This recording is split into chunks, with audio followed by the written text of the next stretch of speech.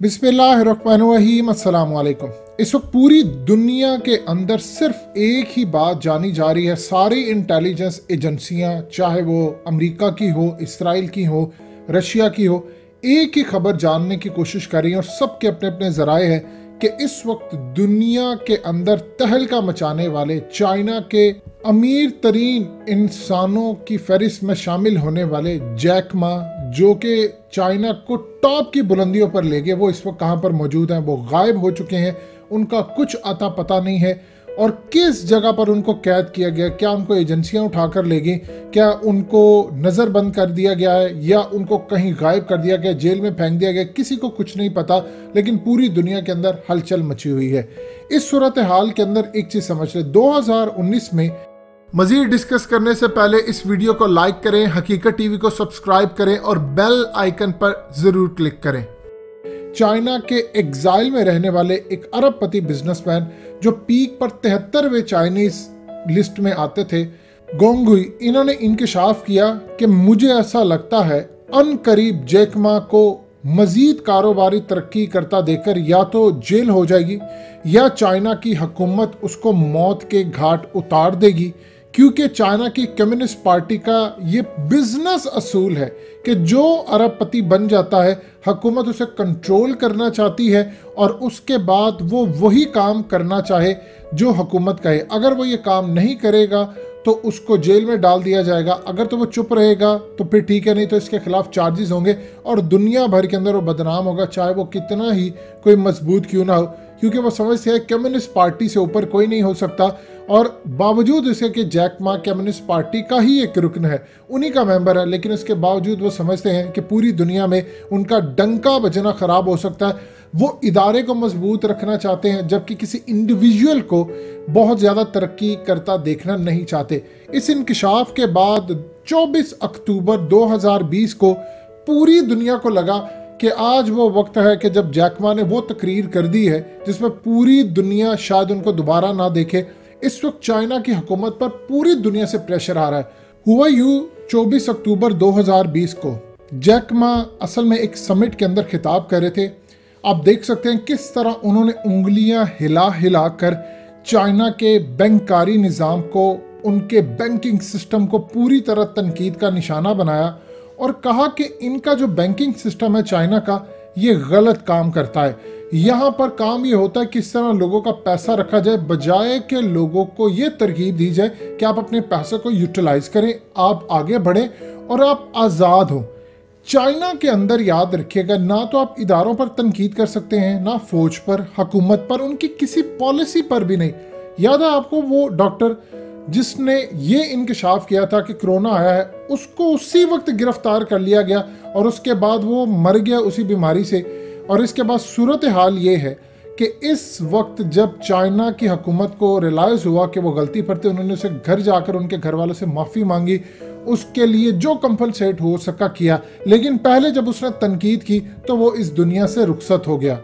हुआ यूँ कि चाइना के अंदर अली बाबा के जो ग्रुप के मालिक रह चुके हैं, उसके फाउंडर हैं, असल में जैक मा ने तकरीबन 60,000 अमरीकी डॉलर से 1999 को एक काम शुरू किया एक फ्लैट के अंदर। और जिस तरह इस शख्स ने तरक्की की, चाइना तो छोड़िए, अमेरिका की तारीख में भी शायद ऐसी ज़बरदस्त मिसाल नहीं मिलती, क्योंकि उनके पीछे तो हमेशा ही होता है खुफिया ताकतें होती हैं। कोई शख्स टैलेंटेड होता है, उसको आप आगे लेकर आते हैं, बाद में उसको यूज़ करना होता है। लेकिन यहाँ पर मामला डिफरेंट है। अली बाबा के जो मालिक रह चुके, इन्होंने इतनी तरक्की चाइना को करवाई। इन्होंने कहा कि मेरा जो ख्वाब है वो ये है कि चाइनीज़ दुनिया से जाकर बिजनेस करें और उनको एक प्लेटफॉर्म मिले, पूरी दुनिया उनके मोहताज हो जाए। अब आप ये देखिए, अली बाबा ग्रुप या अली ग्रुप के नाम से जो वेबसाइट्स इन्होंने कायम की, जो ऐप्स की, आज दुनिया भर में अरबों डॉलर्स का कारोबार होता है और पाकिस्तान समेत हर कोई जिसने कारोबार करना होता है वो अली बाबा को ज्वाइन करता है। वहाँ पर गोल्ड सप्लायर, हर कैटेगरी वहाँ पर मौजूद होती है, इजीली वहाँ पर जाकर इंपोर्ट का काम किया जाता है। अब पूरी दुनिया के अंदर ये एक्सपेंड करते जा रहे हैं। अब हुआ यूँ कि 2018 में इन्होंने रिज़ाइन कर दिया। इन्होंने कहा मैं टीचिंग का काम करूँगा, लेकिन उसके बाद इन्होंने एक आंट ग्रुप की बेसिकली बुनियाद रखी और इनके शेयर्स इतनी तेज़ी से आगे बढ़े कि 35 अरब डॉलर्स के करीब तो इनकी IPO होने का दावा किया गया और पूरी दुनिया के अंदर इस वक्त परेशानी मच गई बड़े बड़े लोगों को कि जैक मा इस वक्त आगे हैं और लोगों ने धड़ाधड़ शेयर खरीदना शुरू कर दिए। लेकिन यही वो लम्हा था जब चाइना के अंदर इनके खिलाफ इंक्वायरियां शुरू हो गई। चाइना की बेसिकली रेगुलेटरी अथॉरिटी ने कहा कि यहाँ पर कुछ गड़बड़ है, मसाइल बहुत ज़्यादा हैं, और तमाम के तमाम इनके शेयर्स की फ़रोख्त के बाद इन प्रोग्राम को ही मुअत्तल कर दिया। अब उसके बाद बहुत सारे लोग ऑलरेडी चूंकि इसमें इन्वेस्ट कर चुके थे, उनको समझ नहीं आई हो क्या रहा है। इस वक्त सूरत हाल ये है कि करीबन 15% अलीबाबा के शेयर्स गिर चुके हैं और इनको तकरीबन 37 अरब डॉलर्स का नुकसान हो चुका है। अगर हम देखें तो सिर्फ 12 अरब डॉलर का तो चंद हफ्तों में उनको नुकसान हुआ है, बाकी तो बातें ही आप छोड़ दीजिए क्या है। असल में अक्सर औकात जैक मा तनकीद करते नजर आते थे कि चाइना के अंदर अपॉर्चुनिटी क्रिएट नहीं की जा रही, हमने दुनिया के अंदर लोहा मनवाया, हम अमेरिका को टेक ओवर करें, हम अगले लेवल पर जाएं, काम करें।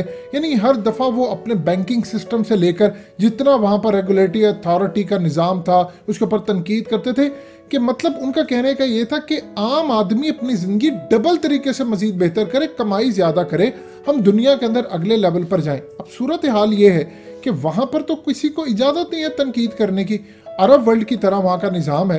लेकिन यहाँ पर मामला बड़ा डिफरेंट था। यहाँ पर तो अली बाबा के जो मालिक रह चुके हैं, फाउंडर थे, वो पूरी दुनिया के अंदर जाने जाते, आप इनको पकड़ नहीं सकते थे।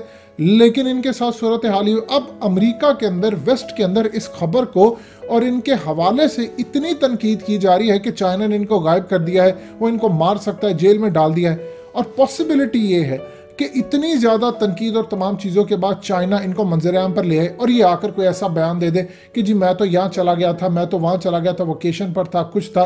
लेकिन पूरी दुनिया के अंदर याद रखिएगा इनके बारे में जो भी मामला हो, लेकिन एक चीज़ तय है कि फ्यूचर के अंदर इनका वो मकाम नहीं रहेगा। आप ये देखिए 15% मार्केट में इनके शेयर्स गिर चुके हैं, 35 अरब डॉलर से ज़्यादा का नुकसान इस वक्त हालिया उनको बर्दाश्त करना पड़ा है।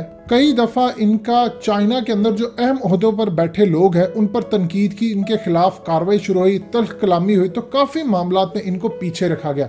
अब सूरत हाल ये है कि पूरी दुनिया ढूंढ रही है कि दुनिया का अमीर तरीन इंसान 24 अक्टूबर को एक तकरीर करता है और उसके बाद मंजरनामे से गायब हो जाता है। ना उसके घर वालों को कुछ पता है कि वो कहाँ पर है, ना उसके रिश्तेदारों को पता है, ना उसके दोस्तों को पता है कि वो कहाँ पर है, ना ही उनकी कंपनी के अहम ओहदेदारों को पता है जिन्होंने इनकी मर्जी से मिलकर कुछ फैसले कंपनी के करें, उनको पता ही नहीं उनका बॉस कहाँ पर है, वो ढूंढते फिरे हैं। अब पूरी दुनिया के अंदर खास तौर पर अमेरिका में कहा जा रहा है कि इनको जेल में डाल दिया गया है, इनको खास जगह पर रखा गया है, लेकिन चाइना की जानिब से कोई इस पर बयान नहीं आ रहा। अब इतना ज़्यादा इस पर पूरी दुनिया में तनकीद हो रही है कि चाइना को इनको मंजर-ए-आम पर लाना पड़ेगा। और एक चीज़ ज़हन में रखिएगा, जब ये मंजर-ए-आम पर आएंगे तो ऐसी सूरत हाल पैदा चाइना के लिए बड़ी मुश्किल होगी कि वो इनको दबा कर रखे, क्योंकि आज नहीं तो कल इन्होंने ओपनली आकर बात कर देनी है जिस तरह की सूरत हाल चल रही है। और अगर ना भी हो तो इनको बिल्कुल दूसरे जितने बड़े बिजनेसमैन हैं उनकी तरह एग्जाइल में जाना पड़ेगा या कुछ ऐसी सूरत हाल होगी। लेकिन इस वक्त पूरी दुनिया के अंदर तनकीद की जा रही है और चाइना कोशिश ये करे इसको तनकीद को रोके। लेकिन कहा यह जा रहा है, सबसे ज़्यादा अहम तरीन बात है कि चाइना के अंदर आप तरक्की एक हद से ज़्यादा नहीं कर सकते। आप जब बहुत आगे जाना चाहते हैं तो ऐसा लगता है कि आप उनके तमाम के तमाम मामलात को डिस्टर्ब कर रहे हैं। आपकी अपनी पॉपुलैरिटी है, लोग आपके साथ मिलना शुरू हो गए। यानी आप अंदाज़ा कीजिए कि 70 अरब डॉलर इस एक शख्स शुरू करता है, एक कंपनी जो कि जाना माना हो तो 70 अरब डॉलर तक की उसकी वैल्यू बन जाए रातों रात। आप देखिए हम 1-1, 2-2 अरब से कभी सऊदीया से लड़ाई लड़े हैं, कभी यूएई से लड़े हैं, कभी IMF 3 अरब डॉलर के लिए हमें जलील कर रहा है, कभी वो हमारा प्रोग्राम रोक रहा है। यहाँ पर आप देख लें चंद हफ्तों के अंदर 35 अरब डॉलर का एक शख्स का नुकसान हो जाता है और वो अभी तक मंजरनामे से गायब है। तो इसका ये मतलब है कि मामलात कंट्रोल से बाहर हो चुके हैं। दोस्तों, हकीकत टीवी को सब्सक्राइब करना मत भूलिए, वीडियो को लाइक करें, शेयर करें और कमेंट सेक्शन में अपनी राय का इजहार जरूर करें।